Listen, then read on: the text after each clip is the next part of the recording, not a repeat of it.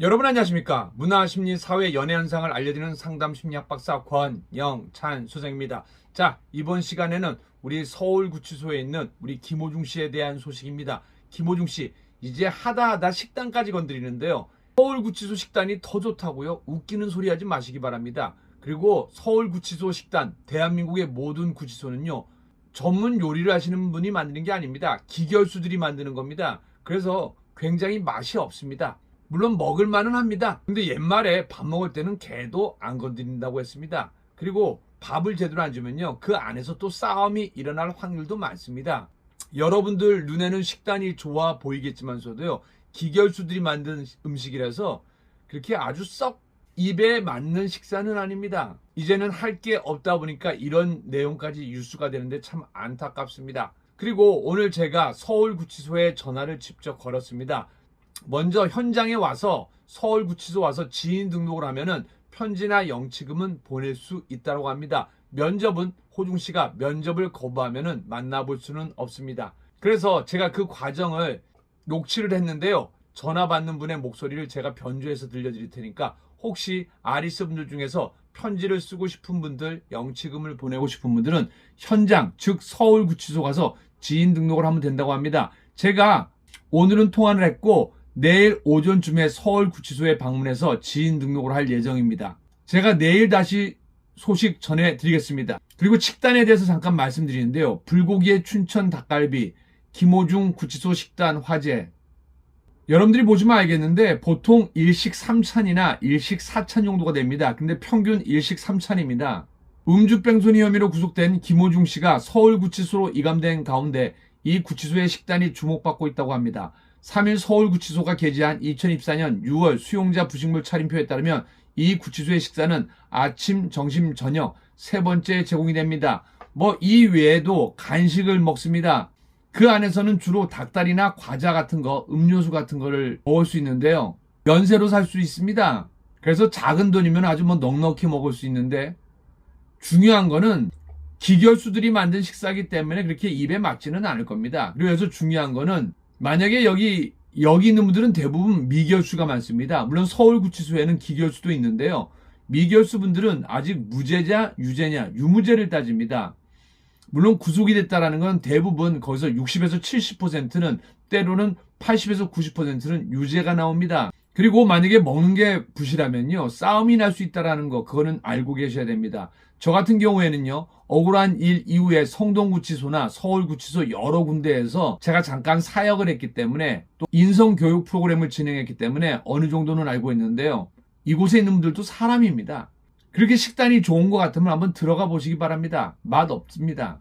그리고 또 한 가지는 김호중 씨가 현재 독방에 있다는 겁니다. 저는 사실은 독방이 아니라 일반 방에 들어가길 바랬습니다. 왜냐하면 6명에서 8명 정도 되는데요.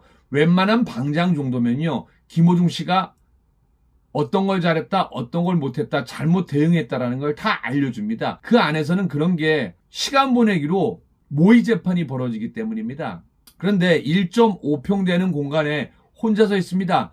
다행히 예전에는 없던 화장실에 이제는 칸막이가 설치되어 있습니다. 근데 여기서 중요한 거, 1.5평에 하루 왼종일 있어야 됩니다. 하루에 보통 30분 정도 외부 밖에 운동하는 시간 외에는요, 여기에 아침부터 저녁 내내 24시간 있어야 됩니다. 굉장히 답답합니다. 그리고 미칠 정도로 얘기를 못하면요, 혼자 이야기를 하고 벽과 이야기를 해야 됩니다. 그렇기 때문에 독방보다는 일반 방이 더 낫다라고 얘기하는데, 변호사분이 원했는지 아니면 서울구치소 측에서 혹시라도 있을 일을 대비해서 독방을 줬다고 하는데, 독방보다는 일반 방에 들어가야지 세상 돌아가는 이야기를 다 듣고 그곳에서 조언 아닌 조언도 얻을 수 있다는 거 알려드리겠습니다. 자, 그럼 서울구치소와의 통화, 저랑 전화 한 분 목소리 변조를 해서 우리 아리스 분들은 혹 현장에서 지인 등록하시고 편지나 영치금을 넣으시는 거 이렇게 하면 된다는 거 알려드리겠습니다. 직원에 대한 보호 조치를 시행하고 있으며 직원 보호를 위해 통화 내용은 녹음될 수 있습니다. 서로를 존중하는 따뜻한 마음으로 대화 부탁드립니다. 2021년 1월 1일 새로운 접견 제도가 시행되어 사전 예약한 경우에만 접견이 가능하고 토요일은 19세 미만의 자녀를 둔 수용자만 가능합니다. 기타 자세한 내용은 조정민원콜센터 1363번 조정본부 홈페이지를 참고하시기 바라며 군의 번호를 모르실 경우 접견 안내 100번, 공무상 접견 409번, 변호인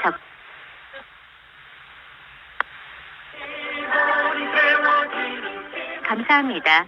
연결해 드리겠습니다.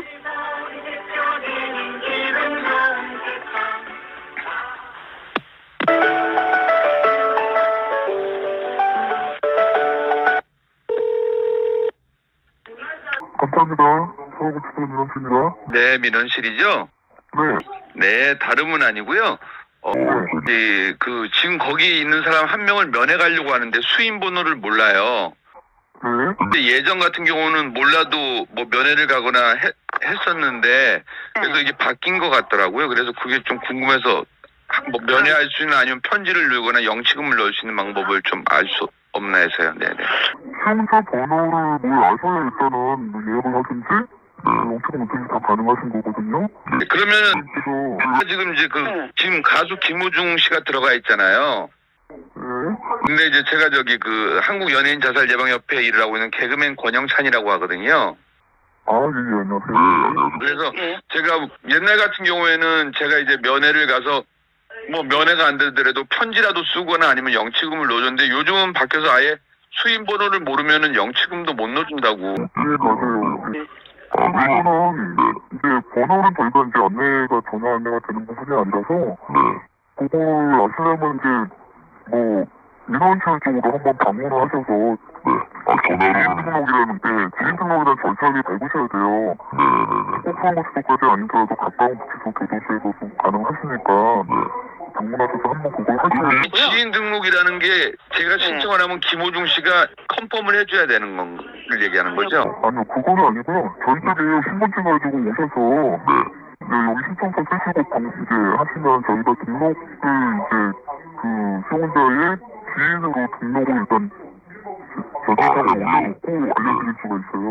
네네네. 그렇게 이제 일단 번호는 받으셔야 돼요. 그러면은 김호중 씨가 전에 어제 당직실에 있는 분은 내가 얘기를 하면 김호중 씨가 컨펌을 해줘야 되는데 그게 아니라 제가 현장 가서 신청하면은 지인 등록이 가능하다는 거죠? 등록은 등록 자체는 이제 본인이 안에서 그게 또 공개 여부 같은 것도 이제 설정을 해놓긴 하거든요. 그게 이제 싫다고 해서 그거를 거부해놓은 상태라면 이제 그것도 안 될 수도 있고 그렇긴 해요. 그러면 편지 같은 거 넣을 때도 편지는 우편으로밖에 안 되시고요. 편지는 넣는 거 있거든요. 예전에는 이제 몇 년 전이고요. 지금은 이제 우편으로만 보내셔야 됩니다. 우편으로도 수임 번호 번호가 있어야지. 동명이인도 있고 여러 사람 나라로 갈 수 있으니까 번호하고 정확하게 아셔야 되고 주변에 혹시 아시는 분 번호 아시는 분이 있을 수 있잖아요. 지금 한 4명한테 전화했는데 전화를 안 받아갖고요. 네네. 이제 막 들어오셨으니까 아직은 이제 모르실 수도 있고 절차나 또 그렇습니다. 전화. 몇 시에 기상이에요? 기상이요? 안에서? 기상이야 좀 일찍 하죠. 보통 아침 6시가 지금이랑 별 차이 없습니다.